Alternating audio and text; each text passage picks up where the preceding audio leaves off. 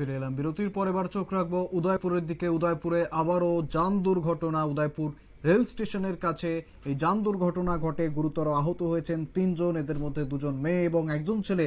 ঘটনার বিবরণে জানা যায় রবিবার দুপুর নাগাদ উদয়পুর রেল স্টেশনে একটি বাইক সজোরে তাদের ধাক্কা দেয় এবং এতে করে 3 জন গুরুতর আহত হয়েছেন। পরবর্তী সময় প্রত্যক্ষদর্শীরা খবর দেন উদয়পুর অগ্নি নির্বাপক দপ্তরকে এবং খবর পেয়ে ঘটনাস্থলে ছুটে আসেন দমকল বাহিনীর।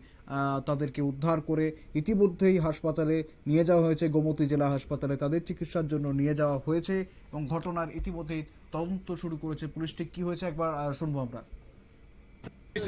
এখানে আমরা কাকরাবন যেতাম আর কি, বাইরে থেকে আসলে কালেকশন যেতাম, তো বাইকটা সাইড করিয়ে অনেক তো বাইরে গেছিলাম আমরা ওইদিকে। হ্যাঁ, বাইকটা ওইদিকে রাখছি, তো আমরা থেকে বাইরে গেছিলাম। হ্যাঁ, ওইদিকে তো ওইখানে আসলাম থাকা অবস্থায় ওই দিক থেকে দেখতেছি একটা বাইক আইতেছে।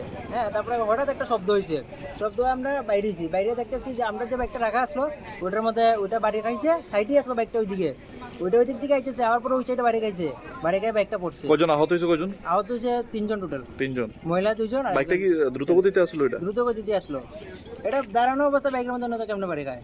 আচ্ছা, তারা মাথা ব্যথা গাইতেছিল। হ্যাঁ, দাঁড়ান না আসলে আমরা ভিতরে আসলাম, ওইদিকে বাইরে গেছিলাম। ওই বাইকের চালক কই এখন?